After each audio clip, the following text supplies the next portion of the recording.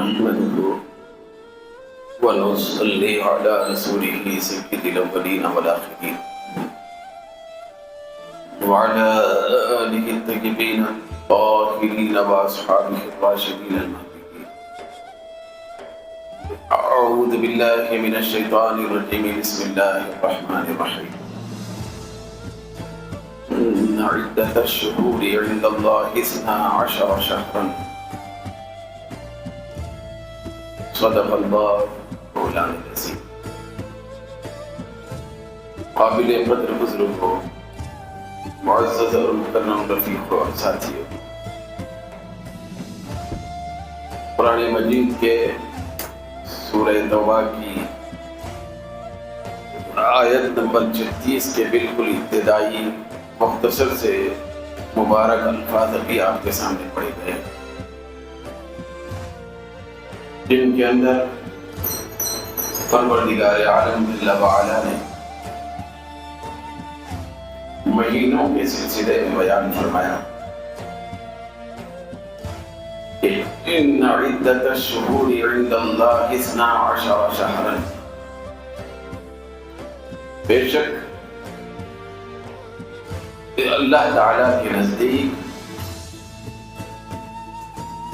مہینوں کی تعداد اور اس کی گنتی 12 ہے.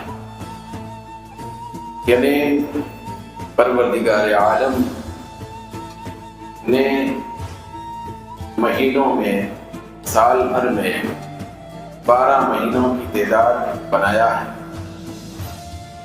یہ جو دنیا کے اندر مہینہ گزرتا ہے اور آتا ہے، پھر اس طرح پورے سال بھر میں 12 مہینے ہوا کرتے ہیں. تو دراصل یہ اللہ تبارک و تعالیٰ کا نظام اور اس کی ترتیب. رب کائنات نے 12 مہینے مقرر فرمائے. پھر اس کے بعد آگے الفاظ میں اللہ رب العزت نے فرمایا منہا 4 حرم. سال بھر میں 12 مہینے ہوتے ہیں، مگر ان میں سے 4 مہینے بڑی عزت والے، بڑے قدر والے. ویسے تو مہینے دن، گھنٹے، رات، گھڑیاں، منٹیں، یہ سب اللہ تبارک و تعالیٰ کی پیدا کی ہیں. رب ذوالجلال نے مہینوں کو بھی مقرر فرمایا اور تخلیق فرمایا، دنوں کو بھی تخلیق فرمایا، راتیں بھی اسی نے بنائی، گھنٹے بھی اسی نے بنائے. تو یہ ایک ایک لمحہ، ایک ایک گھڑی رب کائنات کی تخلیق، اس کے پیدا کرنے کی بہت بڑی شان ہے. 12 مہینے جب اللہ رب العزت نے بنائے تو 12 مہینے بنانے والا رب 4 مہینوں کے سلسلے میں فرمایا کہ وہ بڑی عزت والے مہینے، قدر والے مہینے ہیں، حرمت والے مہینے ہیں، شان والے مہینے ہیں. وہ جو 4 مہینے 12 مہینوں میں سے جو عزت اور شرف اور مرتبے والے ہیں وہ یہ ہیں. پہلا مہینہ ہے ذوالقعدہ کا. شوال کے بعد جو مہینہ آتا ہے وہ عزت والا مہینہ. ذوالقعدہ کے بعد ذوالحجہ یعنی حج کا مہینہ، بقرعید کا مہینہ جو ہے وہ بھی عزت والا ہے. پھر اس کے بعد محرم، یہ بھی بڑی عزت اور شان والا مہینہ ہے. یہ 3 مہینے ہیں، ذوالقعدہ، ذوالحجہ، پھر محرم. یہ ترتیب کے ساتھ ملے ہوئے ہیں. یہ عزت والے 3 مہینے ایک ساتھ لگاتار موجود ہیں. پھر اس کے علاوہ جو 4تھا مہینہ ہے وہ بھی عزت اور شرف والا، مرتبے والا ہے. وہ ماہ ہے رجب المرجب، رجب کا مہینہ. رجب کے مہینے کو بھی اللہ تبارک و تعالیٰ نے عزت والا مہینہ قرار دیا اور بنایا. اس مہینے کی بھی بڑی فضیلت، جیسے ذوالقعدہ کی فضیلت، ذوالحجہ یعنی بقرعید کے مہینے کی فضیلت، پھر اسی طریقے سے محرم کی فضیلت ہے. بھئی اسی طریقے سے 3 مہینے کے بعد کچھ مہینے آتے ہیں، اس کے بعد پھر رجب آتا ہے، تو رجب کے مہینے کی بھی بڑی فضیلت۔ حدیث میں رجب کے مہینے کے سلسلے میں فضائل بیان کیے گئے ہیں تاکہ بندے اس مہینے کی قدر کر کے، اس کی عزت کر کے، اس مہینے میں اللہ اس کے رسول کی اطاعت کر کے اور اللہ کی عبادت کر کے سرخرو ہو جائیں، دنیا و آخرت کی بھلائیاں حاصل کرنے والے بن جائیں۔ تو غرض کہ یہ جو مہینہ چل رہا ہے یہ ماہ رجب المرجب ہے۔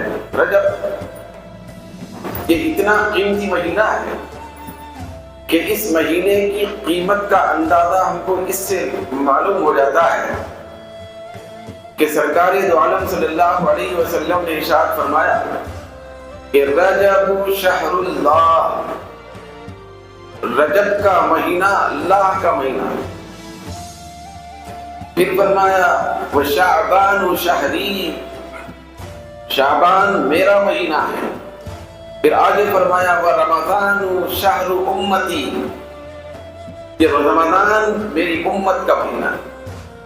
ویسے تو پورے مہینے اللہ کے ہی ہیں، اللہ کے بنائے بھی ہیں، مگر جب اس کی نسبت، اس کی اضافت، پھر اس کا تعلق کسی سے قائم کیا جاتا ہے تو اس کے اندر برکت اور کمال بڑے اونچے مرتبے پر آ جاتا ہے۔ بطور خاص سرکار دو عالم صلی اللہ علیہ وسلم نے رجب کے مہینے کی عظمت اور فضیلت بیان کرتے ہوئے فرمایا کہ اے بندو، تم رجب کے مہینے کو معمولی مت سمجھو۔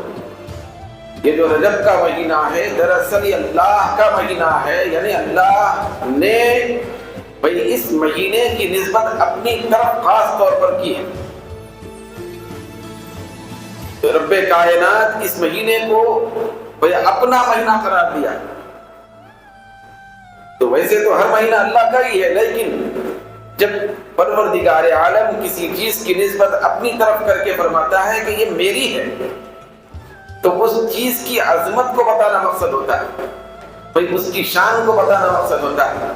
جیسے بندوں میں سے بھی اللہ تبارک و تعالی کچھ بندوں کی نسبت اپنی طرف کر کے فرماتا ہے یہ میرے بندے ہیں، حالانکہ بندے تو اللہ کے ہی سب، چاہے ماننے والے ہوں نہ ماننے والے ہوں، چاہے منکر ہوں یا مقر ہوں، چاہے اطاعت کرنے والے ہوں چاہے اطاعت نہ کرنے والے ہوں، ہر بندہ اللہ کا ہی بندہ ہے، سب اللہ کے بندے ہیں۔ مگر اللہ تبارک و تعالی کسی خاص بندے کی شان اور عظمت کو بیان کرنے کے لیے، اجاگر کرنے کے لیے، اس کو شرف بخشنے کے لیے، اس کو مرتبہ عطا کرنے کے لیے اللہ تبارک و تعالی کبھی کسی بندے کی نسبت اپنی طرف کرتے ہوئے فرماتا ہے یہ میرا بندہ ہے، یہ خاص میرا بندہ ہے۔ تو اسی طریقے سے اللہ تبارک و تعالی مہینے تو پورے اس نے ہی بنائے، 12 مہینوں کا نظام اور اس کی ترتیب اللہ نے ہی قائم فرمائی۔